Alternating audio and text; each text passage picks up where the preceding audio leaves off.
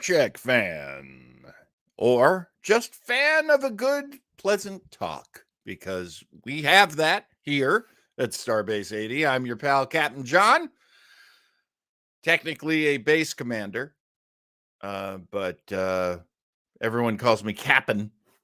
With that apostrophe N, I don't get in trouble with Starfleet. And trust me, I'm nothing but trouble to Starfleet. Ladies and gentlemen, there is a very competent, talented, charismatic, accomplished man waiting in the wings. Why are you looking at me when you could be looking at Flobo Boy? Hey, Captain, I like you, but just not in that kind of way. I'm just kidding. I love you, Captain. Thematically crushing it in this episode, as well as crushing my heart. No. Flobo Boyce, Commander Boyce, so good to have you as always. Good to be tonight. We are looking at one of the this is one of those subjects that comes up quite a bit. Especially for me, but yeah. maybe let's explore. The interesting thing about the two episodes that we're doing today, and those episodes are Booby Trap and Galaxy's Child. They are from Star Trek: The Next Generation. Booby Trap is from the year 1989. Galaxy's Child happens about, they say, about a year later in their time. Technically, it aired in March of 1991. Okay. But you remember the early 90s. There was a big 80s hangover.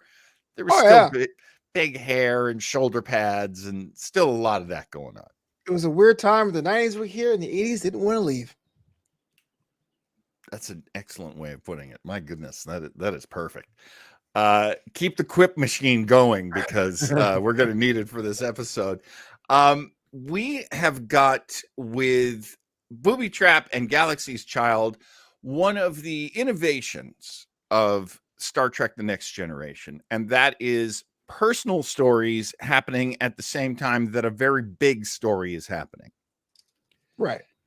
And the big story in both of these is a very Star Trek Next Generation thing, which is the science mystery. Yeah, which I love. I love science mysteries. You like that, don't you? That's one of the cool things about Strange New Worlds, that they give you like a what's going to be the mystery this week, which I do appreciate. And when Star Trek got more uber plot oriented, there'd be like 4 or 5 episodes of chapters of a certain plot that definitely started with Deep Space Nine and continued from that point on in all the Star Trek shows made from that point on. Those are good. I like those. But yeah, as you mentioned, Strange New Worlds, the newest Star Trek, has gone back to this chapter by chapter. Well, that's not episode by episode. Each episode kind of self-contained, does have some uber knowledge in it that will carry on through the series, which is great. We love that. But yeah, we're back to the old days. And I have to say, from my own, boy, that was high. I have to say, oh boy, what a show! You ever notice? I'm feeling very Andy Rooney for anyone who remembers the late 80s and 90s and 70s for that matter. You ever notice? Okay. Anyway, this was around the time that I started to like Star Trek: The Next Generation. Really? Yeah. So it was like a season 2, 3? Season 3 really solidified it for me. There were some good episodes in season 2. There were episodes in season 2 where my girlfriend at the time, who has been my wife for 31 years, thank you very much, and she's very cool and she's got very, very excellent taste, as you could tell. Oh yeah. She purchased half the stuff in this shot, as a matter of fact. By the way, when I'm at Uncle Bunk's trunk, there is so much good stuff for me to buy. I could only pick one, and I did it. I made sure to log on to Etsy.com/Uncle Bunk's trunk, handcrafted and hand curated by the family Weber. That is true. Thank you very much, Flo. Always making money. Making money. That's what Flo can do. Don't. The two of us were very dismissive at first, as many old-time fans were. And the thing about the Next Generation is I always say, you should have been there at the beginning of Next Generation, because in terms of holding back your expectations and watching something get better right in front of your eyes, Yeah. I can't think of a better show than Star Trek: The Next Generation. Oh yeah, yeah, and I think it still holds up. Watching it recently, I guess 2020, I think the beginning of the pandemic, going from TOS into Next Generation, it did feel like the biggest downshift. Like it felt like hey, slow it down. But in doing so, there's more traction, like a car, right? And once things start building up and characters start being established, it has its own little charm. So I get it when people go TNG's my favorite, because it had a starting point, but kind of did its own thing. Yes, and it expanded a universe that I think most of us fans love. When this universe expands, we love finding more, meeting new, seeing what's different, and that's Star Trek in a nutshell for you. Yeah. So they're doing some good work. Season 3 of Star Trek had I really should have written this down earlier when I made these notations. Things that happen. We've watched some of these episodes here on Starbase 80. We watched yesterday's Enterprise, Deja Q. Mm-hmm. We haven't watched Menage a Troy. Well, we gotta actually watch the episode that Joe's referencing now too. So Joe Townsend, superstar Joe Townsend. I didn't even know that was the thing. Let me see, Joe Townsend. Rumor has it that Geordie started stalking Leah Brown so much she had to change her name to Commander Erica Bentine and move over to DS9. Oh my gosh, Joe Townsend. I didn't realize that they used the same actress for Erica Bentine. Yeah, I'm actually looking this up now. It's pretty cool. What's funny too is in the very final episode of Next Generation, there is a future version of Geordie. He is married to a woman named Leia. Interesting. Is it the same Dr. Brahms? She is a doctor, right? I guess not. The same Leia Brahms? She is, right? She's a doctor. Anyway, we should introduce that to the audience. Basically, what happens in Booby Trap is sort of an overall sweeping run through the plot. The Enterprise is just exploring, as Enterprise does. We love that. There is mind my own business, and all of a sudden, isn't it funny how Enterprises love to explore? So you ever notice they find a ship, this trapped battle cruiser from history. It's 1,000 years old, and it's a rare. Oh, you know what? I'm getting really granular. Let's go a little more sweeping at this point. Okay. It's a Permelian cruiser. Why was it stuck here? It was part of this incredible war. Both sides pretty much wiped each other out. And it's just a piece of history. And then they realized that this cruiser was stuck in a booby trap. And they realized that because they are stuck in the booby trap. And they can see that everyone in this cruiser died at their posts. Very admirable, says Worf. Of course. And very convincing of him, by the way. Oh man, that's what I said. It. Check it. Okay. Why you got to drag that in? Oh man, you're giving me Forrest Whitaker eye. What are you doing? What are you doing to me? Okay. Um, different problem, different show. Um, the screwedness of this situation is so bad because whatever energy the Enterprise expends is then absorbed and turned into deadly radiation and fired at the Enterprise. Their shields will hold, but not for very long. And one of the things they figure they need to do is they need to get more power out of the ship, which is hilarious because that's a throwback to classic Trek with Scotty, I need more power. Give it what you can, Captain. I'm giving her all she's got. The trick to getting more power is that chief engineer Geordie LaForge, played by the wonderful LeVar Burton, America's treasure, LeVar Burton. Love the guy. And one of the few names that was in the cast. It was one of the few people in Star Trek Next Generation that you might have known already. He hadn't done a whole lot. He'd done like some TV movies after Roots, but Roots, of course, was one of the biggest things in American culture in the 70s. Absolutely. So he's very well known, having starred in that. We get him using the holodeck, and this is why I was wondering if you would like this episode, because you're not big on the holodeck. No. Catch people up, as quickly as you want. What are your issues with the holodeck? What are my issues? Again, it just feels like the different time where there was 20,000 episodes a season, and someone goes, "Oh, we're running out of story." I know. Let's just go to a magical, fantastical world. I understand. Take a look. It's in a book, Reading Rainbow. But come on, I'm here for space exploration, not Dixon Hill stories and Janeway talking to Leonardo DiCaprio, Da Vinci. It's just. I love it. I love it when you get mad. I hate when I get mad, but when that's way better. Oh, no. When you get mad, that's entertainment.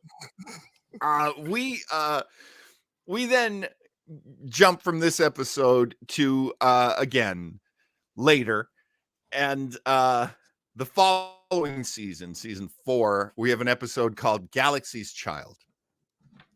Wait, this is another one. Was the CGI enhanced in this one? Because it looked kind of like out of place. I wondered about that because it was crisp.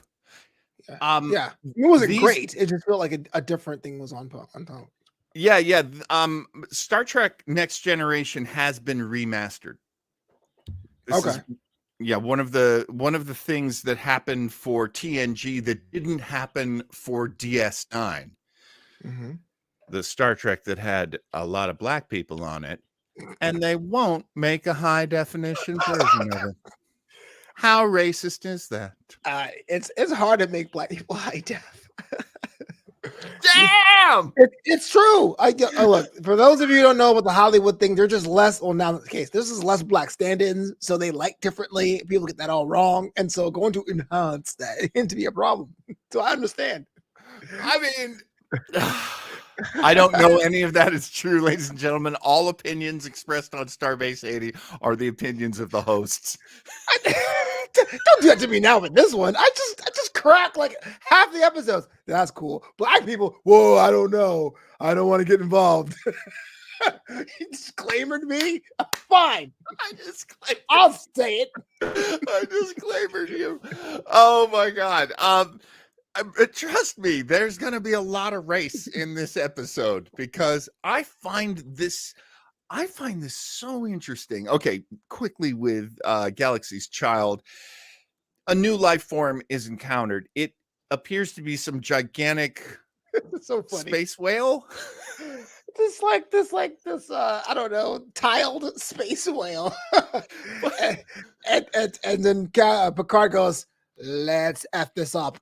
Just like they get really close to the space whale. The space whale attacks them. They have no choice but to give it a little zap. You sound like an apologist. That whale was like, "Let's go." He was like, "Kill it." That's exactly what happened. And Picard They counter the attack, and just like that, they kill the space whale. And then they discover there are life signs within the space whale. The space whale was pregnant. This show was all spin. That whale was an aggressor. They had to do what they had to do. And they flew away at the end. So it was the shortest episode ever. It was like 6 minutes long. So they basically get the doctor up on, she's over like in the phaser bank area, and they're using the phaser to perform a cesarean. First cesarean I ever saw on TV. Not to mention it. Right? They then deliver the baby. And then my favorite part, and let's go. Yeah. Wait, we're just going to leave the baby here? Let's take our time. But, yeah. And then the baby follows the Enterprise and apparently has these great space traveling powers, these space whales, even they're infants. And then the baby space whale latches on to the Enterprise, which is adorable. And in all seriousness, I did appreciate Picard being like, "Oh man, I love this life. Just these whales hanging out, just being what they are." And then like Tim is like, "Oh, get it off of us! These creatures are the worst." That's English colonialism right there. We're going to India. We're going to take over. Oh, India's awful. I hate these people. Let's be terrible to them. I hate being here. Well, no one invited you. Anyway, I fell out of my chair, man. I was just like, "What?" Oh, it was classic. That was great. I love it. It's funny to be watching you at the end. It's fun to be watching these shows, rather, and at the end of each episode, basically go, "Oh, all right." I mean, I could tell you from watching it at the time, it's like, this stuff hasn't really been explored on TV before, I don't think. I mean, I felt like a lot of what was going on in both of these episodes was kind of groundbreaking. And the thing that I'm really hooked into right now, Flobo, and tell me if you feel this is done well. Okay. I really like now the small story, big story, back to small story, back to big story. Yeah, if it's done well, sure. If the two stories are not compelling in their own way, it can be seen as like one kind of gets overclipped by the other. Like forget how the person's feeling about themselves. I want the battle, or like this battle's boring. Go back to this. But if they both have gravitas, then it's great. So the big story here was like the presence of life. We will explore new things. We have our orders from Starfleet. We did something, caused something. Let's try to fix it, which is very cool. It could stand on its own. And then this other story, which we'll talk about, was a very personal story. We've all been there, being rejected. Maybe not John, because he says my girlfriend was my wife for 30 years. But for us single people, we get rejected all the time. So it definitely works for that as well. So trust me. I know rejection. Whatever. Those looks. Come on. I was not a great dater. And speaking of which, let's go to that. This is actually a lot about Geordie LaForge. Now, I had friends who were kind of techie guys. I used to work in radio, and in radio, a lot of times guys will pick up the skills of doing engineering.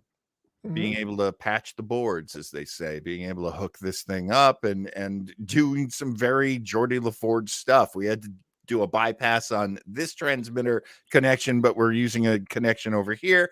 And I was always marveling at these guys because I had no talent for anything technical. Yeah.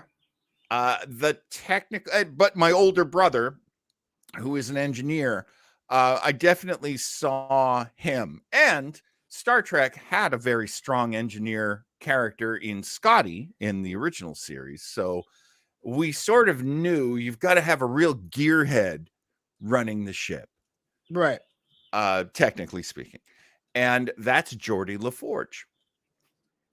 Had you picked up when you were aware, Flobo, because I'm not sure when you saw this episode first, but I think you told me you felt like you saw it before. The first one. The first That one, the Booby Booby Trap. Trap. Yeah.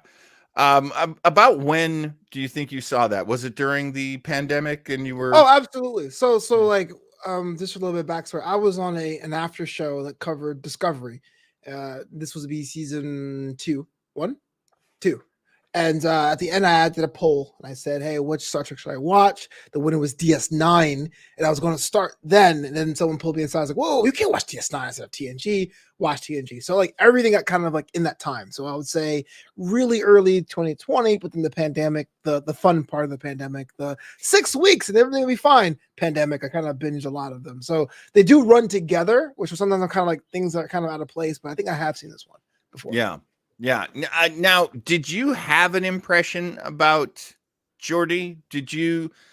Were you just like, oh, that's LeVar Burton playing a part, or Yeah. did Geordie really seem real to you? I guess it's kind of like prototypical. Like I guess back then it'd probably be a groundbreaking character, but and I'm sure we talked about this before we went live. There's been a lot of people who have been in the engine rooms that look like me. And so it wasn't that. It was the guy from Reading Rainbow on Space. That's how I took it, which is not necessarily good or bad because LeVar Burton, there's kind of a guide on that show as well. He just tells you the Right. stories, and then the kids say they love the books, and that's kind of the end of it. So that's fine. Right. Yeah. I mean, I have to say at the time, especially being the sort of, New England liberal that I've always been, I was definitely, yeah, like, yeah, getting ready to laugh at me. I can tell. No, not at all. I was like, what's the difference between new? Don't ask, Lola. Don't be dumb. So just smile. Yeah, New England liberal. because New England, now granted, lots of rednecks in New England. That's just a thing. But New England does go way back, like a couple of, maybe a couple of centuries, being very anti-slavery, very Sure. very much into, hey, we said all men are created equal, not women, but men. Smooth asterisk.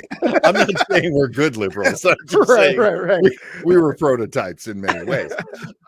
But for me, it was really significant that one of the few black people, well, we had black people on the bridge, but one of the few black stars on the show is the engineer. He's a Mhm. nerd. He's a gearhead. He knows schematics. He doesn't know relationships. Right. But he's not shy. He's fairly confident, and that's a big factor about why he fails so much. Right. It's one of those things that unfortunately will probably be interpreted differently by different people, different times, right? Because you can say, on one hand, yeah, he was part of the team and the captain respected what his role were and was instrumental. But then you could say, well, there's the guy in the hot engine room, which what I also heard growing up. And I don't want to compare it because I'm not that, but I understood past tense the battle over Apu from The Simpsons, right? Because I'm growing up, it was here's a guy who's smarter than Homer, had his own business, and had a wife and kids. But then my friends from South Asian cultures was like a lot of people said that look, that's the only exposure they had of people from that culture, and the accent was kind of overdone. And of course, Hank Azaria is not South Asian, and so it could be seen as differently as well. But as far as you asking me, Flobo Boyce specifically, I didn't mind it. I thought like, hey, look, if you got a job, you do what the captain says, and then you if you have your own problems, they're problems that are specific to your job. I appreciate that because I can only have my end of the opinion, and that is I loved that science was a big part of this show, Mm-hmm. especially in a way that related to me, a non-scientific person. So it was explained very well to me by Star Trek. I've always loved that. I also love that you had the three detectives, the three science detectives. You Oh have yeah, Geordie, Data, who's an android, and you've got professional. Wesley Crusher, who's a teenage pipsqueak that no one really wants on the ship. So It's fine. I don't mind him as much. same here. I look back on it now and I go, "What was your problem?" And I can tell you exactly what my problem He was was. good. You worry while you're watching something when you see something you don't like, and this, you can apply this to me when we do Commander's Log on Thursdays, and I would never. I'm complaining about Tana Nunyan Singh. Am I getting her? Is it Tana? Leon, L- l- l- l- Leanne, Leanne? Leon, Laan. yeah, Laan. Good Leanne. Lord. I can't believe how. Anyway, hungover. What I will see a character I don't like or see a story element I don't like, and then it makes me very afraid that I'm going to see a lot of it, that it's going to take over the show. From what I gather from the Wesley Crusher hate, I don't understand. I was always neutral on Wesley. In fact, the first time I heard "Shut up, Wesley," I spit up my tea. I was like, "What? Why are you saying this?" But I can compare this. When I was a kid, I was really into Power Rangers. Right at that time, they came out. I was 8 years old. I was going to quit high school, get married, become the Orange Ranger, Brontosaurus. Anyway, but they had a movie called Power Rangers Turbo, and if you remember that movie, they had a big star search to find the next Power Rangers, and most kids in America call this number and try to get on it.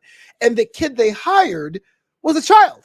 All these other actors were adults playing a teenager, but this was like a kid playing a kid that when he morphed, he became an adult or a teenager when he morphed. And I hated it. I was like, this is not for me. Someone's trying really hard to be cool. They're probably doing some kind of and I was a kid talking about demographics. So I totally get it of the dynamic you're waiting for and used to, and having someone who's like, hi, I'm on the bridge. And even Picard's like, what's he doing here? Right. That is your child. Right. Get it. And the explanation given on the show is that Wesley really loves it and he's especially good at it. And it turns into he's a genius and there's nobody as smart as him. Now that character is frequently dragged out, as Flobo points out, to attract kids to the show. Mm-hmm. And so if you're not a kid and you're watching that, every second of it annoys you. Yeah. Because that's not why you like this show. You weren't like, boy, I sure want to know what it's like for an 11-year-old. No. Puppy power. The Scrappy Doo, which again, getting back to Laan Nunyan Singh, who I call Scrappy Doo. These young characters, these juniors, it's something that feels unnecessary. Okay, just you and I are pro wrestling fans. Just the whole appeal of John Cena for most of his career was to children. Yeah. And don't get me wrong, I like Cena, but it took me a long time to realize that I could like Cena not being a child, that I, as an adult fan, could actually appreciate him. And, part of what happened was I evolved, he evolved. I think that happens on Star Trek as well. Oh, absolutely. I mean, Cena's a perfect example because I was all about the heel chain gang, and they became C Nation. Is that what college, right? You're like, oh, it's not for me. But like cigarettes, right? It gets sucked them young and become lifelong fans. So I understood that it was no longer for me. I'm appreciating the traveling circus, but the traveling circus is not tailored for me specifically. And really the great thing about, yes, it is such a great comparison to a traveling circus, is a circus has 3 rings. And the idea of 3 rings was you go from one act to another act really, really quickly. So yeah, they switch up who they're appealing to in their audience. I kind of get that. Let's go with Joe Townsend. Joe Townsend, remember the episode we're supposed to review? Thanks, Joe. At the beginning of Booby Trap, we see Geordie LaForge on a date. No, Joe's you're so dead on here, Joe. An excellent example of Geordie being awkward on a date is the holodeck beach scene with fiddlers. With Christy Henshaw, played by Julie Warner. Man, Joe Townsend, he knows his stuff. So this scene is really okay. Oh, ouch! Talk about a walk of shame. All right, we finished the quote. Yes, Mr. Boyce. It was a walk of shame. It was one of those things where I understood the point of it. Like, hey, Geordie struck out on this bad date, but homegirl didn't seem interested at all. And so it was so creepy. It was like, did he like force her on this date? Like, hey, come in this holodeck for this thing. You know what I mean? Or was it like, hey, I think you're cute. let's go on a date, and it fell off the rails. That to me wasn't clear watching it. And that kind of, you can watch this episode in two different ways if you interpret that date, either as him cornering her and being like, you're on this beach with me, or her saying, hey, you're cute, let's go on a date. Look, I'm not really feeling it anymore, let's go. Here's what I thought, and I wonder if I'm the only person who read this into it. We hear references after the date bombs, and he goes to 10 forward and basically sulks at the bar, which is hilarious. And Wesley Crusher and Guinan are playing Space Chess. And Wesley says, oh no, he's back really early from that date. He was planning it for days. He put so much work into that program. Right. So what I took from that was the whole thing was over-planned, over-orchestrated. Right. But what I'm saying is, what's inconclusive to me when I was watching it was it over-planned with her knowledge of, oh, Friday we were a date? Or was it over-planned like, she's here. Hey, listen, girl, we're going to date. Like, that's the part that wasn't clear to me at first. And I was like, this could be really read weird. But what is Guinan's fetish I heard this week? She said she like, hey, if you want me to give you a little 10 forward, let me know. Hello. What I love about that is Geordie says, what do you look for in a man? Actually, it's something like, you're a woman, right? And Whoopi Goldberg, like, how many times have people said that to her? And then he says, what do you look for in a man? And she says, his head. Cricket, cricket. And then explains that she has a thing for bald men. So a bald man was once very kind to her, and we're all like, oh, you mean Picard? Yeah. Mm-hmm. Oh yeah. I was thinking me, but I guess Picard would count. No, you're next. You're next. You know what we got to do? We got to hook you up with young Guinan. Oh yeah. Oh man, she's beautiful. That should be something. I should get a date after watching Picard this season. That's an overproduced date with fiddlers on the beach. That's what I should get. With the Coco No. That was my favorite thing. Another Coco No. I do love how awkward the date was. And she basically says that killer line, I just don't think of you that way. Oh man, I saw you wince just now. Yeah. It is the hardest. It is almost impossible to let someone down gently. You can't. You can't do it. You can't let someone down gently. Yeah. And as much as that hurts, as someone who's been rejected a lot of times, I will take that 6 days a week and twice on Sunday, as opposed to being like a brother to me. That to me is like, no. Oh man. I don't see you that way as a rejection, but it's kind of like, okay, you have types or whatever, fine. But you're like, I see that as a brother, which basically means I want all the companionship, all the conversation, all the friendship, and then I'm gonna leave and talk to the other guy over there. Right. There's a lot to talk about here. Let's get Joe Townsend. Being shy, Geordie probably appealed to Christy when he probably asked her out in a subtle way. Then he overdid it trying to impress. Good guy, Joe Townsend. You know, you're probably right. I'm gonna go with that one now because you're never wrong, man. That seems right to me. If there's anything that we know Geordie can do, it's overthink. That's what I'm getting. And, you know, you can be too cerebral sometimes, especially when it comes to the matters of the heart. Yeah, right. You've been there? You've been there, Mr. Boyce? All the time. I overproduce all my dates. This is why I hate to do them. I'm like, either we're going to just like eat wings or we're doing like 9 different things in an itinerary. There's no middle ground. I used to, this is the worst foreplay ever. Never do this. Taking notes. We used to do we're gonna stay in, watch some TV, but we're gonna have a really nice meal. And so in order to prepare for the meal, I would usually take her to the grocery store and we would shop for like an hour and a half. What are you? And you're still dating? Oh, I did this with women. I didn't. Yeah, I didn't even marry most of the women who I did this Wait, with. did this work? Is it kind of like cool, or is it kind of like, oh, are we really doing this? You know what it is? Um, I really enjoy being around a lot of food. So Okay. I can I'm relate. kind of at my best in a restaurant or a grocery store. Know your audience, yeah. And I'm also the first one. And okay, definitely learn from me on this one. I am the first guy in the world to go, "You want to get some ice cream?"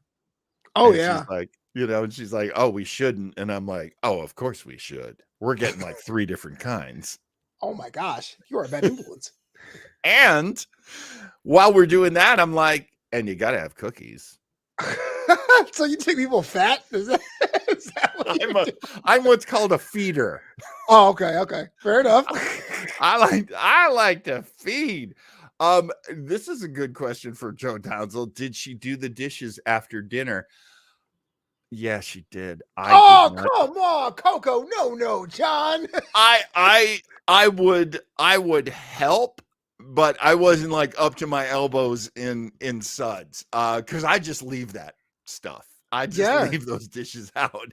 I think you're If it was absolutely at my right. This is the worst foreplay ever. Chores is your date? I know now. Oh, you can't tear me off that sink now. I'll wash every dish. I'll pull dishes out of the cupboard and wash them. I love washing dishes now, but yeah. You know what? My wife's a really tolerant person, so that's Oh. another good thing. How about we go grocery shopping? I'm tired. I assume this is you, Flobo, It writing wasn't. in the. Who was your admin? Because I'm here, both my hands. I was too busy being in disbelief of what you said. I did not type that. Starbase 80 types worst Food Network show ever. Well, actually, you and I are not the only admins on the Starbase 80 page, so it could be someone else. But I'm suspecting you. Please don't. Not this time. I'm looking at you with suspicion, number one. Geordie. Of course it is. How did I not guess? It's Leo. It's Leo Genesek. He just announced it. Joe Townsend says that actually happened to me once with a date. Very erotic. Is that the dishes? Doing the dishes? I'm picturing it like that scene in Ghost where Patrick Swayze is like, reaching around Demi Moore, and they're watching dishes. That's what I know Donna Zento, but I don't have to be. What is going on? Oh my God. Kids wash the dishes. Women love that. They really do. As we're talking about Geordie LaForge, let's talk about the real heart of the matter here. Okay. The real red flagathon. Geordie needs to figure out power in the ship as best as he can. And he knows that he may have to innovate some ideas. So he goes back to the beginning and he creates a lab that developed the warp engine for the Galaxy class starship, which Enterprise is. And in order to do that, he has to create Leah. I'm sorry, Leah Brahms. I was actually looking at Joe Townsend's comment to find the information. Thank you for doing that research for me, Joe. Leah Brahms. He doesn't know much about her, but she is there. She's kind of robotic. And so he asks the computer to cross-reference all of her debates. How is that not a red flag right there? I want the version of her that was in debates. Yeah, I mean, hey, man, not here to kink shame, but that's totally by the blow up your face on some level. Not here to kink shame. So she is a genius like him. She loves the warp engines, all the inner workings of the Enterprise, like Geordie does. And they have a very It reminded me so much. Do you remember the Michael J. Fox movie, The Secret of My Success? No, is it a classic? It for me, it's a classic. Honestly, I think you would dig it. I think you would dig it. Huh. Because it's basically the adventures of yuppies. How Okay. how yuppies are so important. Now, at that time, that was a thing. 30 something was a huge show.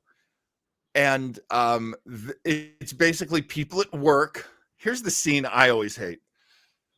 But you're not listening to me, but I'm saying something really serious. I am too. What are we doing? Okay. Yeah, I've seen that a million times. right. It's so 80s. Totally. And they're totally and they're taking on all of the responsibility of saving the ship, because really they're the only ones who can buy time for the ship as it's in this booby trap. And oh yeah, Joe knows what I'm talking about. Joe Townsend there with yes, great rom-com, Helen Slater. That's right. Helen What? Slater is the love How does interest. Joe know? I mean, this guy is an encyclopedia of knowledge, pop culture references, Star Trek, dating tips. I mean, in all. He really knows how to hammer it home. We appreciate Joe Townsend a great deal. And Joe is an author. You should look up joetownsend.com and go check out all of his great writing and all of his great products. Especially Anticipation, a collection of short stories, including my stuff too. Promotion. Ooh, can you imagine Joe Townsend and Flobo Boyce in one book? You don't have to imagine it. It exists. Go get it. I got to write something. I got to be an author. You guys Yeah. make me so jealous. Let's do it. The relationship between the hologram version of Dr. Brahms and Geordie LaForge deepens as they figure out more and more ways of trying to save the ship. And just to finish up how that episode happens, I love this. This actually was a great moment for me as a fan, where I went, I really like this show at the end of this episode, because they figured out they've got just enough energy, if nothing goes wrong, to get out of this booby trap. Using a method brought about by the hologram version of Dr. Brahms and Geordie. And then Captain Picard says, I'll take the helm. And here's something. Now, you, Flobo, as a writer, you've run into this, I'm sure. One of the secrets to presenting heroes in fiction, I feel, is to show that they are really, really good at something, and then bad at other things. It was on right. Yep. And that figures a lot into this episode, not only true of Dr. Brahms, and very, this comes back in Galaxy's Child a year later, but very true of Geordie. He's good at the ship. What is the line? It's like, I could field strip a ship faster than anybody, but I can't ask a girl out on a decent date. And that gives us everything we need to know, but it also sets us up for, Geordie's especially good. And now the captain's a great pilot. And I love that. I love seeing that aspect, that facet of Captain Picard. Yeah. Do you feel in this early, so this is season 3, do you feel much for Captain Picard? Are you a fan of him at this point? Well, I was definitely more a fan now using the Ortega's evasive pursuit. No, I'm kidding. I was pretty much on the fence with Picard. I didn't really like him or hate him. Like, I appreciated him as a captain more than the Kirk fans did. I liked the dynamic on TNG a little bit better than TOS. I think that if I were a captain, and again, I'm a big Green Lantern John Stewart mark, I would be in the camp of a Cisco or a Picard. But the thing is, because he's so effective, he doesn't stick with me. Like, I can never get into the Kirk versus Picard big debates, because like, hey, they're both fine what they do. I don't really feel anything like Burnham. I don't really see anything aspirational like I do with Pike. I don't see like, oh, my first captain with Lorca. There really isn't a thing that drives it home for me personally. But Picard's great. I think as from a writing standpoint, that's what you want a captain to be. If Starfleet were real, I will have to serve under Picard, but my favorite's still going to be Burnham.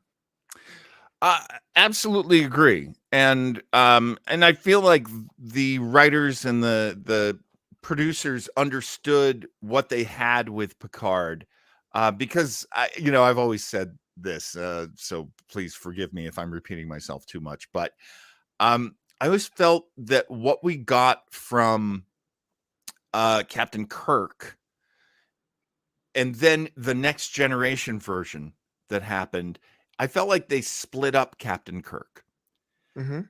And they took the stern leader and they made him one character, Picard. And then the cowboy, the swinging, sexy cowboy, they made Riker, that other half of Kirk. And it was interesting as a fan, especially at the time, to go, wow, the captain doesn't have a lot of personality. That's refreshing. Yeah. Oh, yeah. Oh, well, look at Data. Like, it's basically Spock minus the world experience. It's like, oh, I can analyze things, but what is a joke, Captain?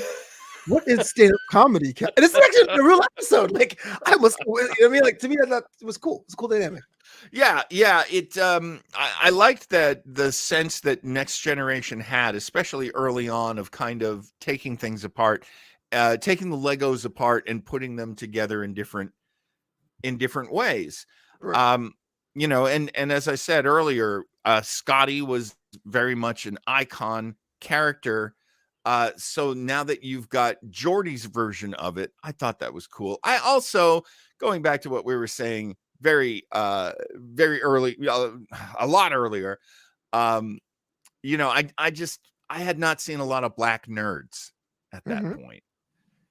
And it was really cool to see a black man who was just a regular guy, regular part of the crew, except that he's especially good at what he does in this. And then, like, he's awkward. He, if I'm saying it right, had no game. That's correct, Captain. I think by 89, I think there was just Geordie and Steve Urkel by then. And so not to make light of it, but then I think it is a good shorthand to have. I mean, granted, now looking back on it's very like a typical, almost offensive portrayal of a black nerd. But when people didn't understand what you were into, it was kind of like Urkel. Oh, okay, yeah, I got you, or like Geordie. And Urkel was iconic for the time. I mean, we have to.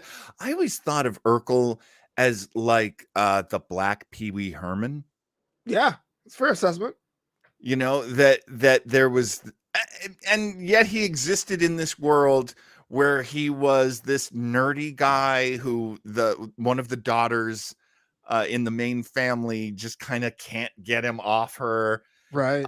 But he became like the Fonzie of the show too. He became a reason people watched. It's just not the whole point of the show. I know we're getting to the hour, if you believe it. But now it's cool to be a nerd. Which sucks because I feel like I'm a veteran of a forgotten war. But there's certain things I changed. Like my whole entire family wears glasses.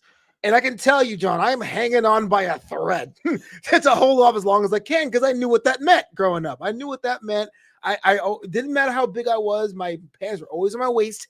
I didn't want to put them up over my neck or super low down because I knew what that meant. And so I totally understand that. We need trailblazers. Urkel, walk so I can run. That's what I'm saying. His high water pants were the predecessor to what do you call them? Joggers. Oh yeah.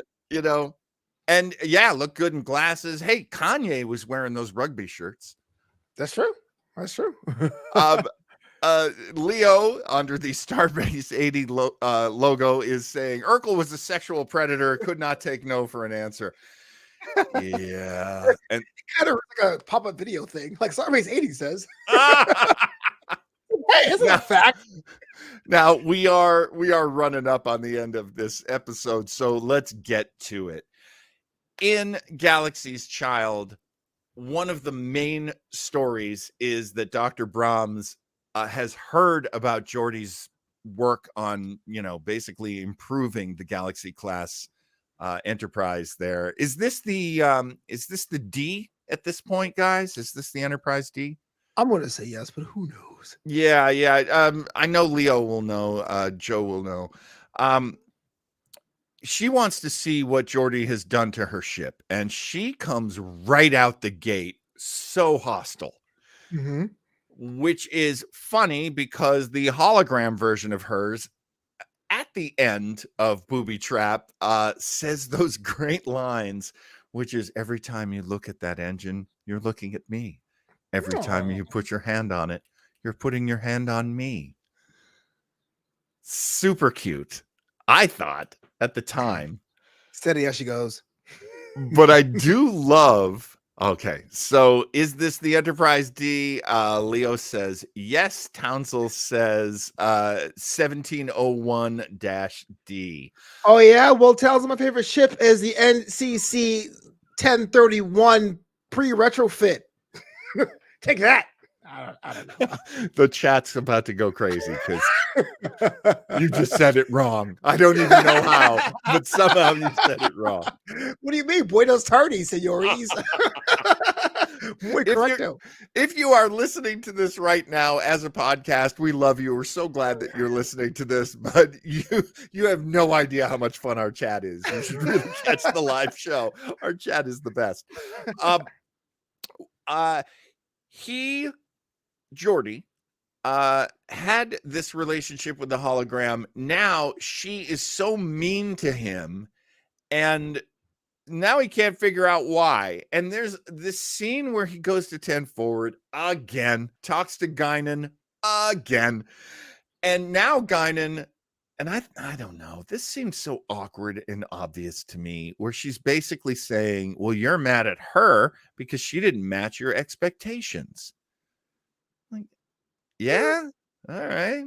I don't know. You know what? That's right. Writing yourself into a wall, right? Geordie has to talk to somebody. It can't be the captain. So he goes to 10 forward. But what's Scotty going to say? Hey man, you ain't swinging the pipe. Like, come on, bro. Like, Scotty couldn't say anything. Hey, it happens. Tough breaks. Oh my God. Oh, and by the way, reference to what Flobo said. I know this. I think it's like the producer's favorite holiday, right? It was Halloween, and it was his favorite holiday. He named it. That works. That works. He's actually gonna buy that model. See, I got it right. 1031. Ha ha. Yeah, Joe Townsend says it's no accident that Discovery was the Halloween date as its registry number. And Halloween's an awesome holiday. I love it too. Top five. What we've got with this relationship is the two of them going back and forth. He has intimate knowledge of her. She keeps catching him doing that. And finally, she wants to go see, because basically his explanation is, hey, I researched you. She wants to see things that he's figured out. And he's like, yeah, sure. It's on the computer right there. I have to go do something else.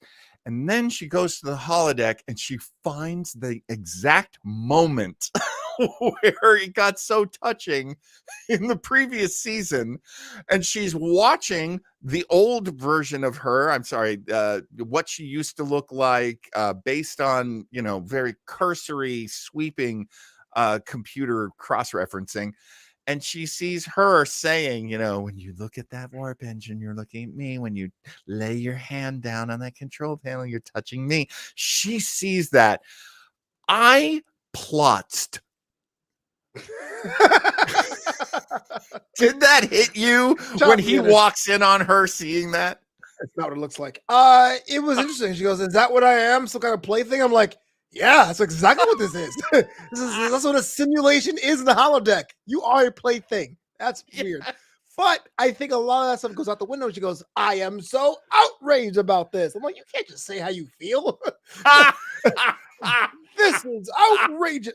But yes, I'm with you. It was creepy. I mean, I gotta wonder. Okay, and now let's get into it. This is something that... Let's see. I know Joe had. Okay, so she gets all mad at him. Understandable. and Joe Townsend pointed this out earlier. He gets mad at her for getting mad at him. Yeah. He says a whole bunch of stuff, but one of the lines is basically, all I offered you was friendship and an excellent reason to get a temporary restraining order. Oh, no, that's not what he says. But he basically said, I reached out to you. I tried to make a connection just as a person to you. And instead, you were mean. So I am not defending Geordie, because we all know what Geordie's intentions were. We all know that Geordie can't get a date. But if you didn't know that, and you're watching this episode out of context, which could happen on the show, here's a guy that had a doctor come on the ship, was mean to him, said, hey, let's be friends. He goes, I'm married, and then get to an argument. So out of that context, I'd have been like, why is she such a jerk? Or is this holodeck thing real? So I get it. I'm not saying Geordie's right. He's not, but I get it. Yeah, what they were reaching for, I think, was trying to tell you that it's not his fault. And I guess that's true. I mean, he did not use the hologram for dating or, sex. Let's just cut right to it. He did not have sex, bro. Like, he did not have sex with that hologram. Ew. I know. I mean, when it end program, you have to get rid of the cleanup afterwards. Yeah, somebody to holodeck 3 with a mop, please. Holodeck 3 with a mop. It's odd. They become friends. They laugh about it right away, but I'm still in this like, yeah, but you really did violate her. And what happens is he then basically pivots, changes the subject, and says, you're mean. And I was just trying to be nice. That's what it sounded to me like. It sounded like that guy who's creepy to the girl and then says, I'm a nice guy. I'm a nice guy. Yeah. When we put in things that we know and how perceptions change, you're absolutely right. And I say this to counter, not to say you're wrong. I mean, I think what you're saying is completely creepy and weird, and it is a clumsy thing. But I really believe there is supposed to be a play here of what expectations, what Guinan was saying. Because his expectations were failed, and he was saying, here, I'm getting to know the real Leah Brahms in this moment. But it just comes off as, your point is, why won't you like me? I wore my sweater for you, my good one. Hey, I totally don't punch you in the face. I'm a nice guy. I helped you move, date me. That was me. Sorry. Well, that's been me too. The idea. Oh, that's interesting. That's interesting. The idea that maybe Geordie had matured a bit. I mean, what is cool is he never used that program again. Hopefully. Yeah. So it was no. I mean, it was left off where he had paused it. Basically, not exactly where he had paused it, but that's how my DVR works. If I'm watching the show and scene 6 starts and it's about halfway into scene 6, I turn it off. Next day I turn it back on again. It goes back to the beginning of scene 6. Oh, shout out to DVRs, man. That's what I wrote that off to. Why did you walk in on the most awkward part? But yeah, Dad. I mean someone's in here. What are you doing? Why are you holding a magazine in your lap? Someone's using this holodeck. Ew. Give me a minute. Mop on holodeck 3. Mop on holodeck 3, please. You sound like Boimler. Well, I mean, Boimler sounds like me. The very last episode, I'm sure you folks in the chat will remember this. The very last episode, All Good Things, shows us a future version of Geordie. He has replaced the visor with cybernetic eye implants. He also is married to a woman named Leah. Mm-hmm. Me being such a nerd, even though I have problems with how this episode, how Galaxy's Child ended with that relationship. I did like I'm sorry, Joe Townsend pops in with reference to the to someone being in the bathroom for questionable reasons. How long does it take to wash your hands? Or from Weird Science, you said you were combing your hair. I was. The way the future, kind of wound up, I felt like they let the writers have a little bit of a gift there and go, you know what? How about in the alternative universe, she's divorced her husband and she marries Geordie. It seems like that happens. Flobo's falling asleep. Woo! I hate that. If we're going to be balls to shut me down not once but twice in digital and in real space and go, it's the last episode week playing. It was all in the snow globe. Boo! That's a reference to Saint Elsewhere, by the way. Yeah. Also from the 80s. Yeah. like Mr. Boyce himself from the 80s. From the 80s. Now, granted, I was active in the 80s.